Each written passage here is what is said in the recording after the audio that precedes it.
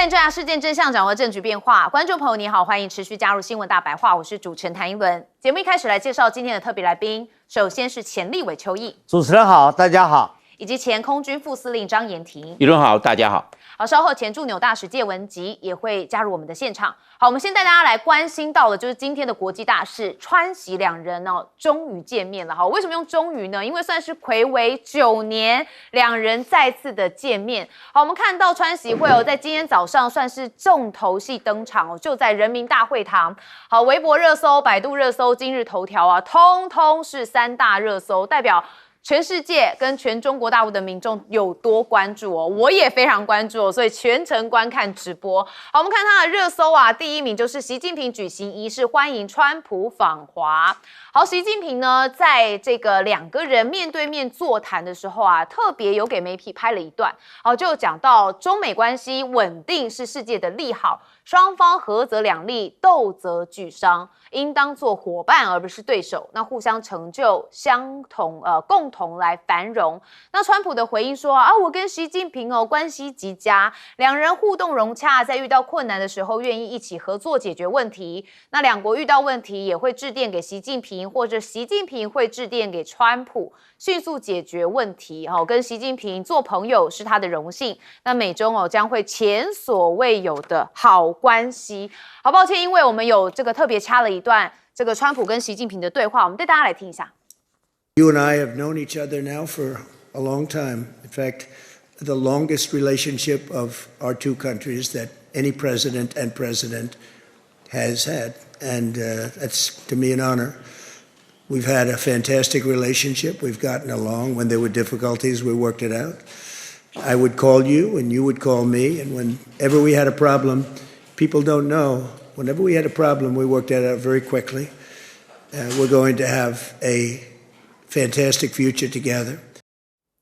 好，川习会面大家也关心说，到底在里头讲了多久呢？其实讲的是2个小时15分钟。好，那当然习近平也说美中贸易有了正面的成果。那他说呢，贸易战中本来就没有赢家，那双方的贸易关系的本质就在互利共赢。面对分歧跟摩擦时平等协商才是唯一正确的选择。那昨天美中双方的经贸团队有达成了整体平衡正面的成果，对两国的老百姓还有对世界来说都是好消息。好，那这2人在2个小时15分钟谈完之后，有进行一场午宴。那接着在下午的时候到了天坛这边但是在天坛这边的时候，因为里头新华社有讲到说，好像谈到了台湾问题。好，那当然就有记者马上在天台就问了习近平跟川普这会谈的进展。那确实就有川普回答说，It's great 太棒了，而且还说中国很美来形容跟习近平之间的对话。好，但讲到台湾问题，则是转头就离开了好，那刚刚呢，一轮看到了最新的画面是他们也已经参访完了天坛，大概花半小时的时间但是川普脸上略显疲态可能是有一点时差的关系，有一点累啦好，那我们也看到这个川习会面算是一个非常重要的场合。好，超过2个小时的时间，那跟川普一起访中的特斯拉执行长马斯克，还有辉达执行长黄仁勋最后一刻才登机的黄仁勋等10余名的美国商界代表，在工作人员引导之下，一度有进到会场的里头。好，那当然习近平有讲啦，中国开放的大门只会越开越大，也欢迎美国加强互利合作。好，那川普则说，你看我亲邀了全球前30强的 CEO 出席那而且坚持只要各公司的第一把交椅。好，所以这一群的顶尖人才也期待跟中国发展互惠的贸易与生意。好，果然是一个商人出身的总统很多都在谈贸易跟生意。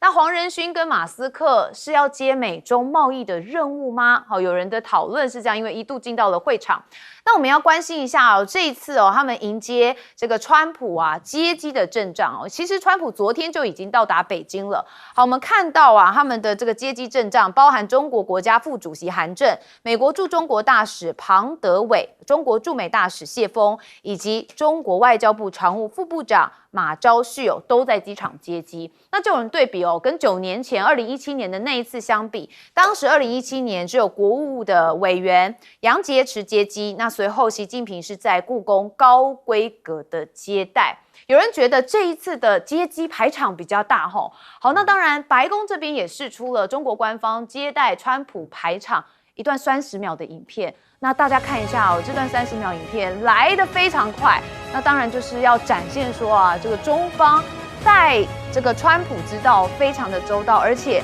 这个排场也都非常的华丽阵容之华，你看马上就剪出来了。好，那当然这接机规格好像看起来超过9年前那当然有人就讨论为何要给足川普面子呢？那当然有说有2个原因，一个是中国有着热情跟友善周到的待客之道。那另外一个分析是中国希望通过给足川普面子来换取里子。好，那2025年川普发起了全球贸易战争这个中国是唯一敢正面的对等反制美国的国家，那也成功迫使川普同意跟中国达成了贸易战停火1年的协议。因此有人说对嘛，因为川普最喜欢要面子给了面子之后，后续的谈判就好谈了。好，那习近平是不是给川普第一份礼物呢？现在路透有一些报道说，中国延长超过100家美牛出口的许可。那川习会后有经贸亮点吗？陆官媒说，接下来1个月美企的高管访陆不断。好，原因是为6月22号在北京开幕的第4届链博会。那我们要看看其实也有老外就是在中国的美国人，他说了川普说要学中国，我们来听一下。我听说我们特朗普总统正在去北京的路上，现在，还有一帮美国领导们都去，我想跟他们说，包括我们总统，对他们说3个字：到了中国，3个字，好好听。如果能向中国学习，如果能了解对方，我觉得咱们世界会变得特别好。他中文讲得非常好好，我们先问邱毅委员今天的川习会。今天有好多的细节，真的应该要好好的深入观察。第一个，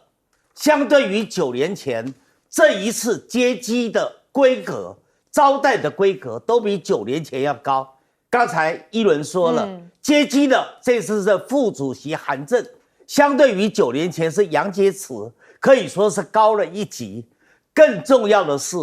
这一次对于整个空军1号专机里面，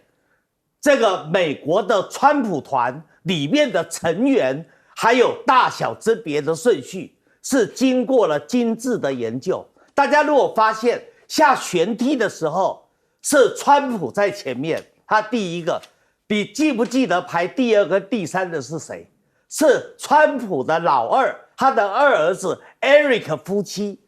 那么 Lady First， 所以他的太太劳拉在前面。大家听了 Eric 的名字可能不熟悉，除非像我这个在业界混过的，我们就知道 Eric 其实才是川普真真正正的接班人。现在川普的集团，不管是高尔夫球场或者饭店，或者是他的娱乐场川普大厦，都是由 Eric 在负责。Eric 在这一次川普选总统，他担任他的财务长，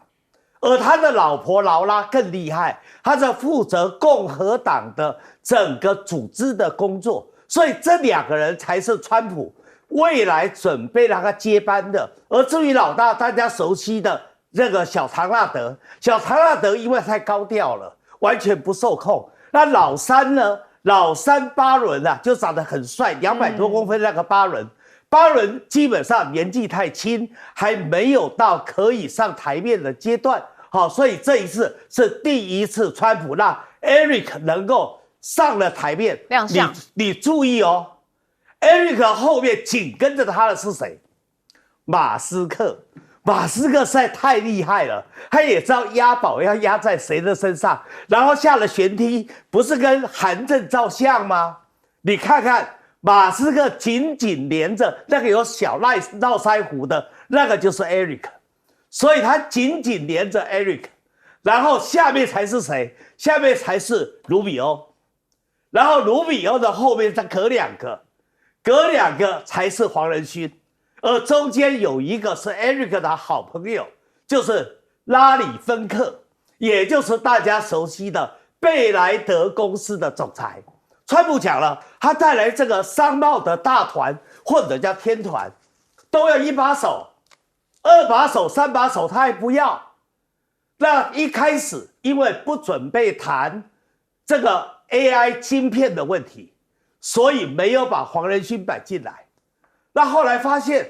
黄仁勋竟然没有在天团里面，川普才临阵，让黄仁勋赶到阿拉斯加，坐上了空军1号，可以说是最后一个上空军1号的。可是黄仁勋在整个天团里面的排名，他仍然是在前列的，所以证明了黄仁勋未来他的地位仍然非常的重要。川普在上飞机之前，他明白的讲，他说这一次的重点是经贸。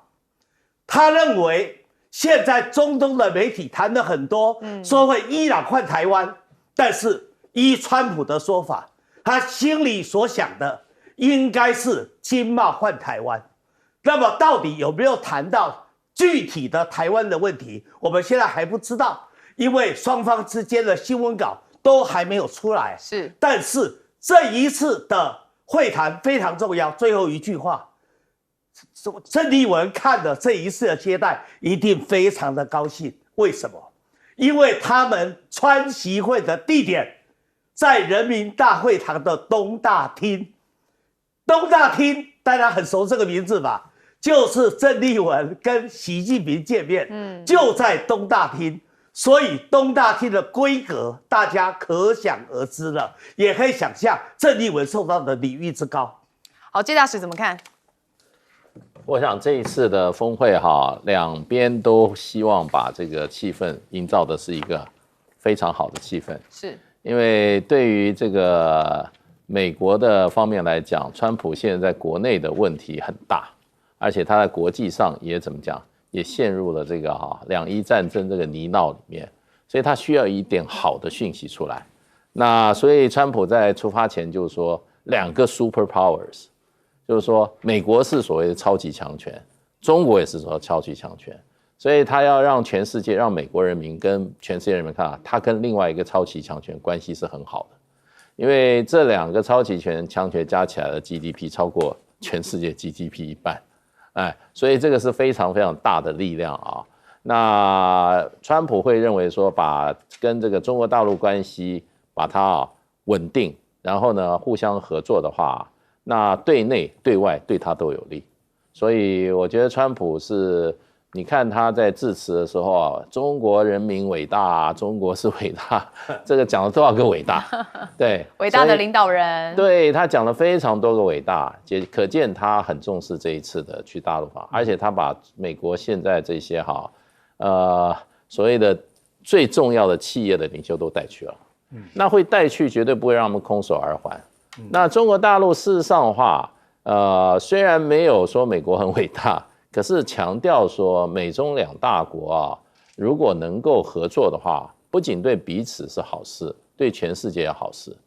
这样子的情况一讲下来，其实会增强怎么样？全世界对中国大陆发展的信心，以及全世界想要到中国大陆继续投资的投资家的一个信心。因为他们最不希望看到一个没有投资者，没有这些就是说跟你做生意会希望你的国家是一个陷入动乱的。所以习近平讲的是确实如果说是斗则2败俱伤，所以大陆当然也要营造一个合作的，而且事实上的话。虽然美国方面跟中国大陆方面，美国对中国大陆老早不宣而战了，已经打了好多年了，而且中国大陆也没有屈居下风。我说打着好讲经贸战这个科技战，还有这个金融战，中国大陆是怎么样一路往前冲所以中国大陆并不畏惧战争，可是呢，他要把这个气氛还是要维持的好。这个对大陆这个继续的跟全世界交往，跟继续经济的进展是只有帮助，是没有害处的。好，将军怎么看？这次川普到中国大陆去访问，我认为要有3高。第一个是高紧凑，你看他13号晚上到达，14号马上就建制会谈，15号就打道回府，立刻走人，那么快啊，才1天半呢，而且都是知道这个有时差的，有12个小时的时差啊，这一个在美东，一个在这个亚洲，那这样子难得来一次，怎么还那么快就要走？就是我们讲到这个就是一个旋风式。表示它的重要性，要不然的话，那可以不要来嘛，你才来18个小时，这个旋风式，那干脆就不要来啊，因为它的重要性够，重要性高才会有这方面的时间的紧凑性，所以是高紧凑。第二个，我认为是高规格，世界各国元首到中国大陆访问，不是随便上天坛的，不是你看那个美国总统来，不是每一个总统都到天坛去走一下，川普上去，对，是这样，到故宫去，这次到天坛去，天坛以前是帝王祭天的地方。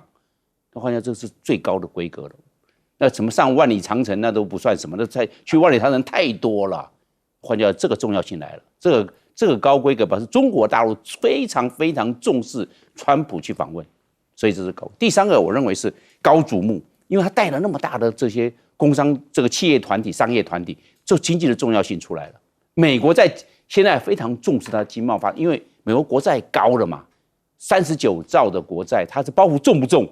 他还在这个一直很烦恼的他的贸易逆差，比如在去年2025年贸易逆差1兆200亿美元的贸易逆差，没有办法，这个打不掉，这怎么办？那中国大陆是个大市场，14亿人口，而且最近它的经济已经起来，这个消费力量、消费的力道，它这可能就要抢。比如说粮食，为什么大豆要开口就要希望中国大陆买2500万公吨的大豆，向美国买，那这个整个大豆荒可以解决市场。刚才还讲到牛肉市场嘛，那我们现在讲的这个市场大，美国不得不重视，其他的市场小。那波音公司中国大陆一下定10年500辆500架，我们讲那不是其他国家大概20-30架就已经感觉到很吃力，因为市场上没那么大。大陆一年有加以8亿人次的这个航空运输量。那是8亿人次啊，不是8000万或者多少，那就知道原来市场很大，就需要那么大的航空飞机。那个刚好美国这个波音最近几年的营运状况不好，那只好找这个替代市场，就是找中国大陆。所以从3高来看的话，这是这个美国总统川普在这一方面，在这非常重视中国大陆在经济上、在贸易上。或者在区域安全上面的重要性。好，重视中国大陆的另外一个想法就是也有求于中国大陆。对，好，那当然呢，现在看起来跟9年前美中的关系真的有一些微妙的改变了。好，我们休息一下，回来继续谈。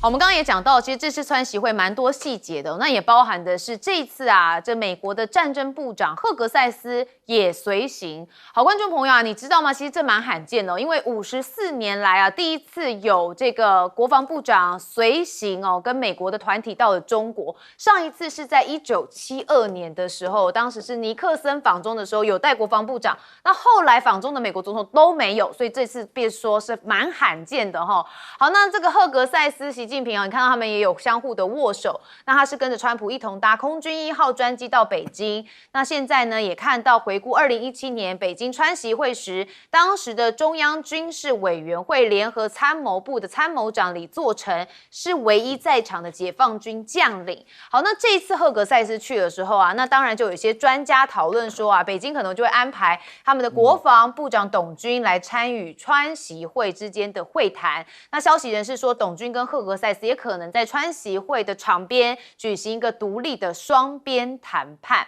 好，那我们也看到这位资深研究员说核武问题也可能就会在讨论的范围。毕竟中国近年日益扩张核武，那也成为了美国重要的战略担忧，程度不亚于对俄罗斯核威胁的警惕。所以真的会谈核武吗？好，我们看到川普有拟抛新核协议来框限美中俄。好，据传呢，川普将在这个峰会期间对中国还有俄罗斯提出一项新的核武协议构想，希望这3国能够共同签署一个限制核武库规模的协议，要降低全球核武竞赛的风险。不过我们之前也曾经谈论过，中国都一直说怎么可以现在就把我当威胁呢？我都没有做什么有这样子的这个讯息。但目前我们就看到了这个卢比欧。好，因为呢，他这次也到了中国过去他当参议员的时候是被中国制裁的好，那当然他也说希望能在访华期间说服中国，让中国因此施压伊朗，最终让伊朗能停止继续在波斯湾的举措。好，但川普前几天不是才讲吗？不会在川习会上面谈伊朗问题所以也让不少人觉得有一些问号。好，那美国的前副国务卿康贝尔则说除了经济考量，其实中国从观察美国的经验当中也学到，要避免谨慎卷入中东的事务。因此，面对美方提出对伊朗施加决定性压力的要求，北京很有可能就会拒绝。那现在这2国的元首交锋，到底谁占上空呢？纽时说当习近平在北京接待美国总统时，他将拥有另一张有力的王牌，就是伊朗战争。好，那北京清华大学的这位著名经济学家李道葵则说，伊朗问题实际上对中国是有帮助的。那中国对德黑兰握有重要的经济杠杆，那北京可能愿意运用这些影响力来追求他更重视的目标。好，所以有人就觉得伊朗战争在这个美中的关系上面也是蛮微妙的。那当然，除了伊朗战争，台湾这件事情也一直被讨论嘛。好，但是纽时这边的报道认为说其实重要课题不是台湾他们直接的挑战有可能还是伊朗战争，因为会使得美中纠葛更深。那即美国短期之内必须要依赖中国稀土，才能重新的补充军火库存。好，所以这个接下来整个战事美伊到底会不会停止可能也跟中国牵动稀土有关。那我们最后看到卢比欧除了这一次呢，他原本是没有办法去到中国，大家就一直在讨论说，那中国怎么让他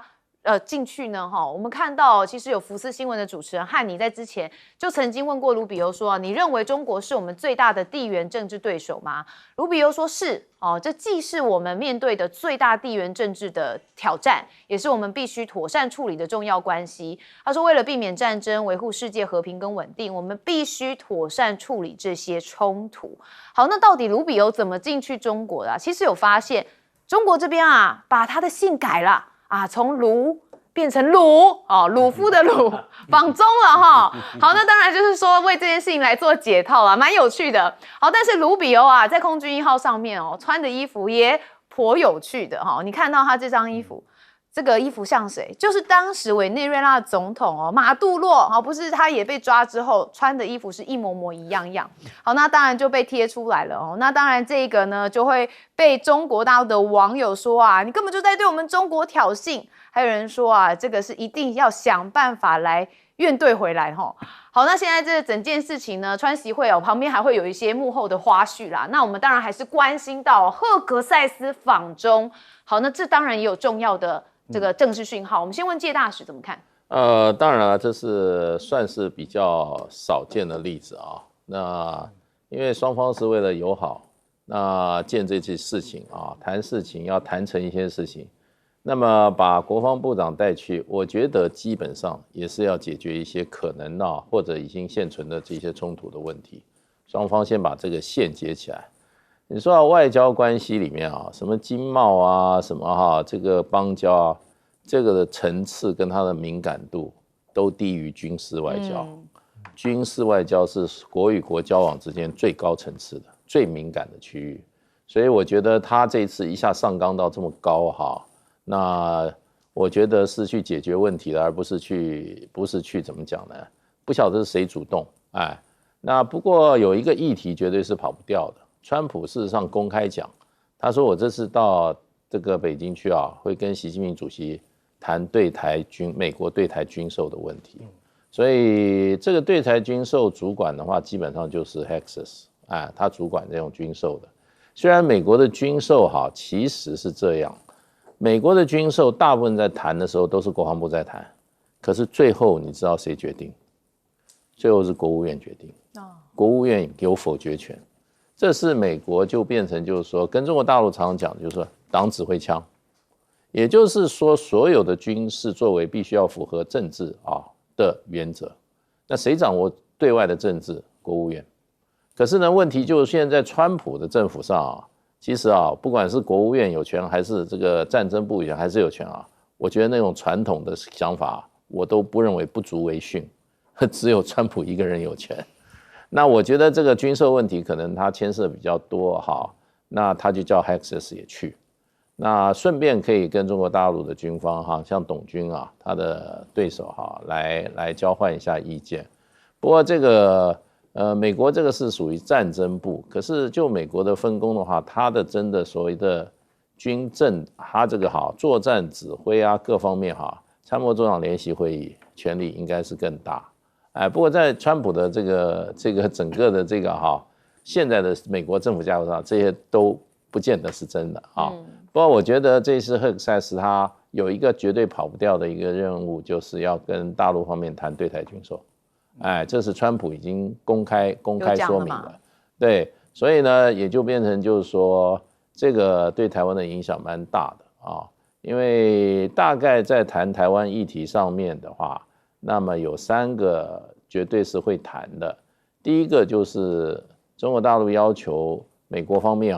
直接这个在这个叙事上面用反对台独，而不是不支持。第二就是要美国方面那么要支持两岸以渐进的方式和平统一。这个是一个大陆提出来的一个所谓，就跟中生在人民日报讲的，就是说中美关系已经回不到过去了，可是要创造更美好的未来。什么叫更美好的未来？中国大陆把标准就往上提了，那所以这是一个新的一个阶段的开始，所以很值得我们关注。对，确实到底谈到什么样的程度？因为目前我们只看到习近平有新华社这边有报道说，但包含是台独跟台海和平是水火不容。那当然后续有什么样子的发酵，我们还是关注。邱毅委员，这张电磁墙非常的好，它中间存在了许多谈判上的中美谈判上面的玄机。川普的底下有2个一文一武，是反中反华最严重的2号人物。赫格塞斯，文的人叫卢比欧，武的人就是赫格塞斯。那这个电磁墙正好前后把这2个都包含进来了。先来谈赫格塞斯。赫格塞斯其实本来对中国的了解不多，他甚至对军队的事情他了解也不多。那对武器呢，他更是外行中的外行。可是他时来运转，他做了国防部长，现在叫战争部长。这一次把他带来，当然是中国大陆安排一个对口单位，就是中国大陆的国防部长董军。他们2个人一定会进行这个川习会场外的双边会谈。我很同意刚才大使一语道破，赫格塞斯这一次最重要的任务就是要谈美国对台军售的问题。因为现在有140亿美元的美国对台军售还搁置在川普白宫的桌子上面，还没有处理。因为加上这140亿美元，才会有台湾所谓的8000亿台币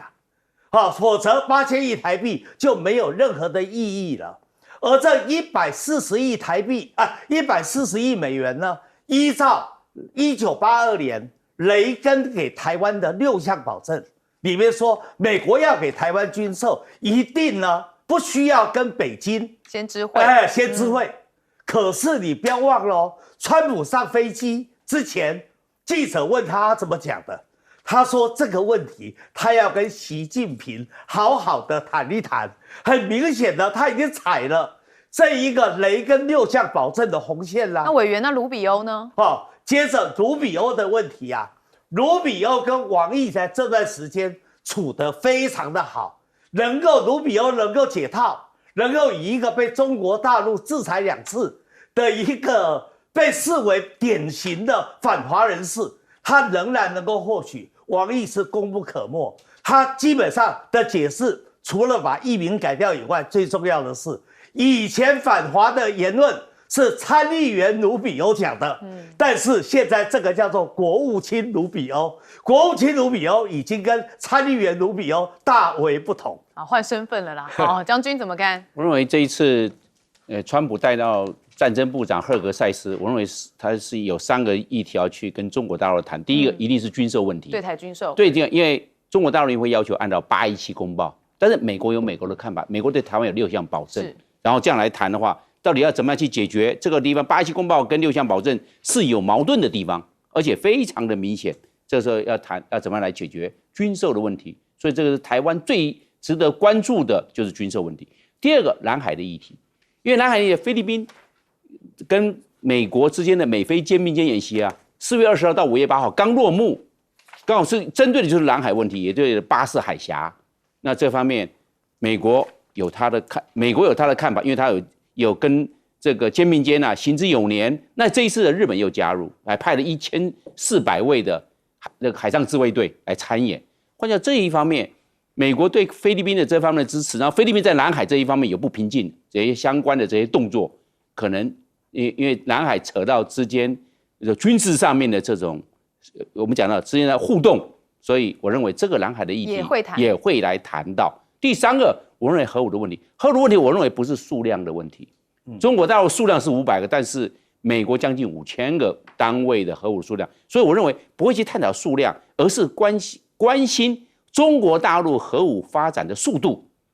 不是数量，是速度。因为中国大陆在干地窖式的，还有将来的轰20出来变成投掷核武的重要的空中战略投掷工具，这些是美国所要关切的。因为这个慢慢会壮大，是不是要两国之间是不是要有一个机制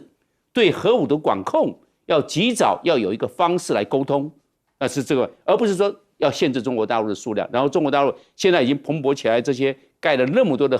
我们讲地窖式的核子发射井，那对它做限制，我认为目前还没有到达这个地步。所以我认为走区域安全，还有整个世界的格局，还尤其是两岸，我认为第一个最重要的是军售。那军售的问题，我认为对我们台湾来看，这方面的射线呢，尤其是还会3个射线，这个更尖端的，比如说 F-35它不会卖，我判断会持续下去。第二个，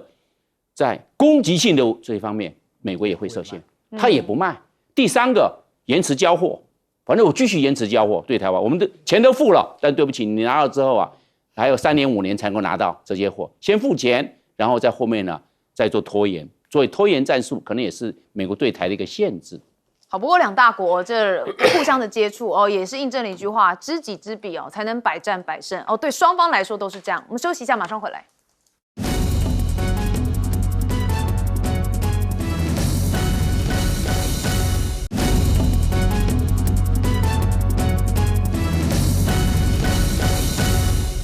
好，川普访中是件大事，但莫忘哦，现在美伊之间哦还是持续一个僵局哦，所以我们看到在这个时候，中国邮轮成功通过了赫姆兹海峡。好，那当然川习会进行之际哦，大家也关注在赫姆兹海峡的状态哦，有一艘载有200万桶原油的中国邮轮远花湖号哦，在受困赫姆兹2个月后，13号。通过了赫姆兹海峡前往阿曼湾，最终航向了中国的舟山。那现在赫姆兹的运量暴跌95%那说伊拉克还有巴基斯坦是有传出说绕过了美方。跟伊朗这边达成了通行的协议，这是路透社做的相关报道，那就是凸显出德黑兰当局正在强化控制赫姆兹海峡能源流动的能力。纽时现在也说赫姆兹海峡之争让安全通行成为了一场赌博因为伊朗跟美国都在赫姆兹海峡部分地区跟周边进行了控制权，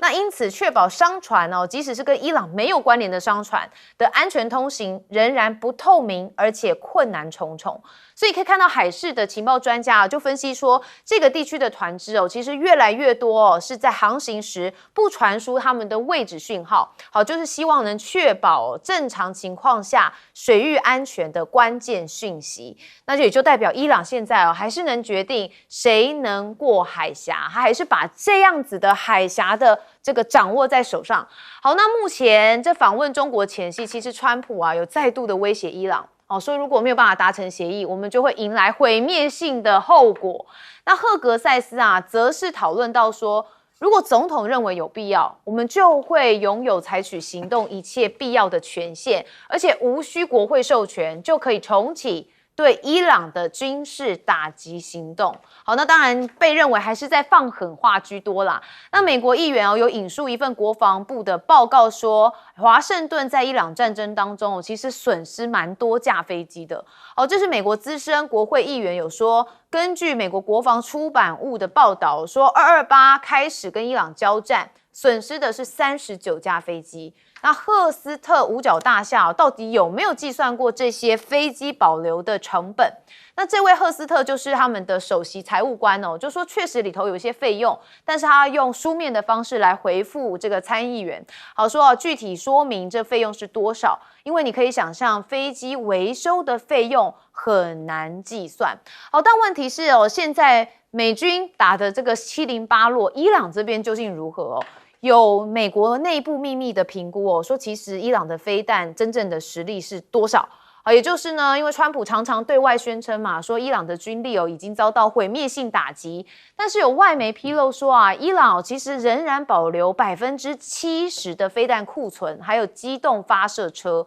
那在关键路径赫姆兹海峡的沿岸，还有33个飞弹据点当中，有30个已经恢复运作了，随时可以威胁美国的军舰跟全球的邮轮。好，不知道这种报告看在川普眼里会不会就 shuki 呢？好，那当然现在这场冲突也说最后表明了，就是尽管遭受到压倒性的轰炸，伊朗的地下飞弹战略仍然是保持着反击能力。那伊朗的战略之所以成功，不是因为他们坚不可摧，而是因为他们有多层冗余的设计，那快速的工程修复，还有在地下设施多个省份的地理分散。好，所以呢，看起来也是有备而来。那我们再看到纽时说美国掌握了情资中国企业密谋要透过第三国秘密出售武器给伊朗。那我们要讨论到的就是以色列总理纳坦雅胡我看到这则报道的时候，我就觉得纳坦雅胡真的蛮卑鄙的他有讲到一句话说，在对伊朗发动军事行动时，秘密的访了阿联酋。好，那他呢就讲了这句话之后马上阿联酋的外交部赶快否认说没有这件事情不存在任何的秘密安排。好，那当然以色列释放当然是想向德黑兰宣示说这些海湾国家实际上都已经选边站了。但是你看到阿联酋多么害怕赶快的否认。那美国媒体说，美国现在淡化了伊朗袭击海湾国，质疑他们到底会不会获得安全保障这也是我们一直讨论的，也是因为这次的战争让很多的国家对美国信任度变得更低。好，我们看到一开始因为川普访中之际，这一艘邮轮成功穿越赫姆兹海峡，引发大家关注。我们先问介大使。我相信这个不是第一艘中国大陆穿越的邮轮应该有蛮多的不过这些就是我觉得就是说这些时机在报道这些新闻的时候我觉得都蛮有选择性的，刻意把这个时间拉在一起，对不对？对，所以我觉得动机，我觉得现在美国很多媒体其实他们仇视也不是仇视中国大陆，他们比较仇视美国。对，也就是说这样子一件事，就是在破坏川普想要营造出访中成功的一个怎么样，一个整体的一个泡泡一个形象。他说，你看川普到中国大陆被骗他天上讲人家那么多伟大，人家马上就有一艘邮轮跟伊朗讲好就通过了。所以这种我认为这种现在在国际上这个很多报道我们要更深入冷静来看它的目的是哪里那我想这个也不是，这个是美国媒体其实是希望去让川普觉得很尴尬的，也就是说你访中有什么效果，对不对？中国大陆跟伊朗之间的关系那么密切，还有说这个有关这个销售武器给中国大陆有公司销售武器给伊朗这些都是在川普在北京的时候，故意让川普怎么样，觉得很尴尬难看的，就表示说你根本被大陆耍了，哎，你根本就不晓得大陆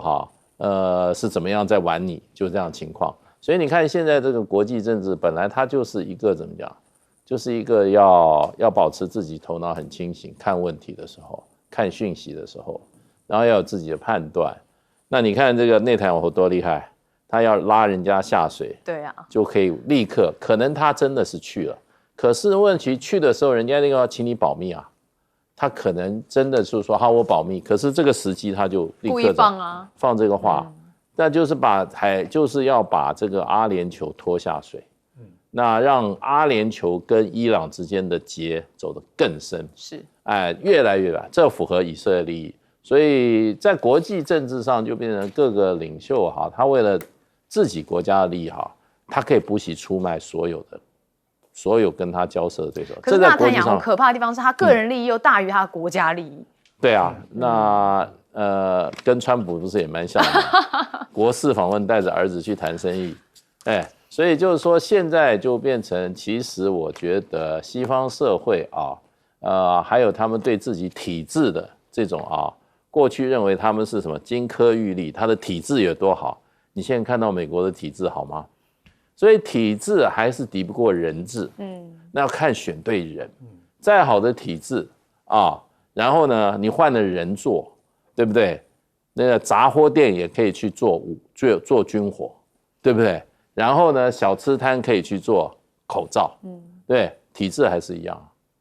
我们宪法也没变可是所以人的因素很重要。所以我觉得，所以就是说，常常在做比体制的现在来讲的话，我觉得我们大概所有人都越来越清楚了。其实政治的良语还是看人，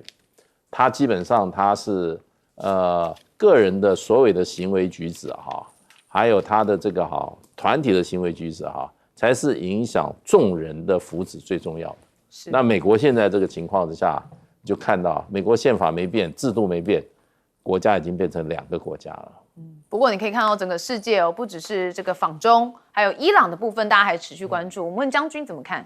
美国这次对伊朗实战争，我认为它损失所费不赀，蛮惨重的。它这个损失了39架各式的战机，还不包括被击伤的，比如说 F-35，它被击中过，但它飞机落地，这个不算，因为它飞回来了嘛。比如说它的这个KC-135空中加油机被打了，好像蜂窝，因为它那个是可能是感应爆炸、感应引爆，所以整个钢珠弹整个撒上去，那飞机没有击到发动机或重要的飞操系，所以它也回去落，但我这个修护一下还可以使用。这个都不要去算，就有损失39架，算相当高了。而且不要忘了，美军住在中东地区，包含科威特、卡达、阿联酋这些228个军事目标被击中，那换下这个对美国来看是超过在伊拉克在战争这一方面的损失。那美国在这方面，他要不要再继续对伊朗这边有军事行动或用兵，他在这一方面可能要多少蠢度一下。那因为伊朗经过这40多年的经济制裁跟武器禁运，它都地下化。地下化是其次，它最重要，它分区分散屯除。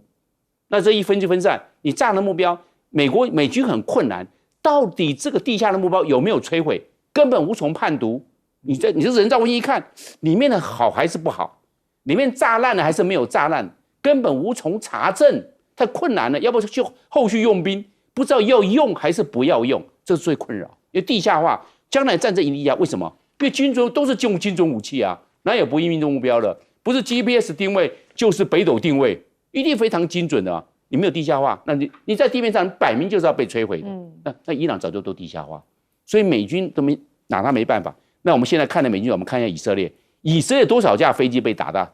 以色列不敢讲，绝对有，但是不能说美军都损失了39架飞机。你说以色列没有吗？有，但是怕影响以色列的军心士气，以及国际对以色列这方面国防军的作战能力的看法，以色列不能说，这是他国家最高机密。那换句话说，这次伊朗战争来看，它是算在战力保存、分区屯除、分散，甚至它的伪装，这欺敌的措施以达到一定的军事成效。那现在伊朗得到一个什么？控制荷姆斯海峡，变成它的战略水道。它按照跟伊朗之间的关系，以及跟战队在以色列跟美国之间的关系，来选择性的放行。那谁跟他的关系好，他就放行，是吧？现在变成他那个战略筹码。那大家有的时候要听他的，对，听他的，反而要跟美国或以色列保持一点距离，可能放行的机会高，所交的这个我们知道这个过路费要小要少，变成这个状况。所以伊朗注意看他的整个的战略的这种手段呢、是比较灵活的，后面可能一定有高人指点，不光是伊朗的人，可能有国际的这种比较厉害的人士，他知道你要控制哪些东西，你有哪些筹码来好好的运用。最重要还有一个因素是，这个伊朗的面积太大了，164万多平方公里，太大，让美国不知道要怎么样去下手，怎么样才能够让伊朗屈服。因为要让伊朗屈服，要付多大的代价，那美国要承受多大的战损，他都要去考量。所以变成要不第二次用兵，你看川普窜到现在为止，还是采取一个保守的姿态，并没有说现在还在大规模的兵力调动，表示说箭在弦上。我认为没有美国并没有大兵力调动表示美国是走上保守的路线了。对，所以每一场战争要宏观一点看其实是整个全球的战争。好，那邱毅委员怎么看？美国跟伊朗现在在谈判僵局的状态。为什么说谈判僵局？美国提出来的14点停战的协议，但是伊朗认为这14点停战的协议不是停战，也不是和平，是投降。如果伊朗接受了，那伊朗现在执政团队恐怕要成为人民公敌。所以伊朗也提出了5条件说，可是川普认为这5条件它就是垃圾，所以根本把它完全的丢弃。所以双方处于一个谈判的僵局，一旦谈判的僵局一旦形成，就可能出现囚徒困境，双方都可能走向一个死局。所以当然就需要中国大陆来出面。这也是伊朗为什么他的外长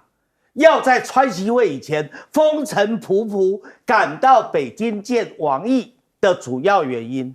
但是中国大陆可以帮伊朗，因为伊朗是2兆里面的弱者，而且跟中国大陆素有互动，但是他也不能介入过深，因为整个中东现在有3股势力在角力，一个当然就是伊朗什叶派，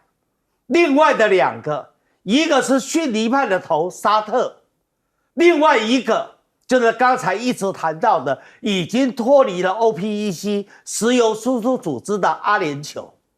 阿联酋现在已经在它靠亚曼湾的这一个富察伊拉港已经成立了穆尔班石油交易中心。可是3股势力不独有偶，都提出来以人民币作为石油与天然气交易结算货币的工具，以致使得现在在整个石油美元里面，原来最高占96%，都是用美元，现在只剩下52%，而人民币的比例竟然快速的上升到41%，这对于人民币的国际化有非常大正面的效果。对于美元的霸权，那几乎是毁灭式的危机。再加上这一场战争打到现在，到底美国烧了多少钱？美国的战争部赫格塞斯说250亿美元，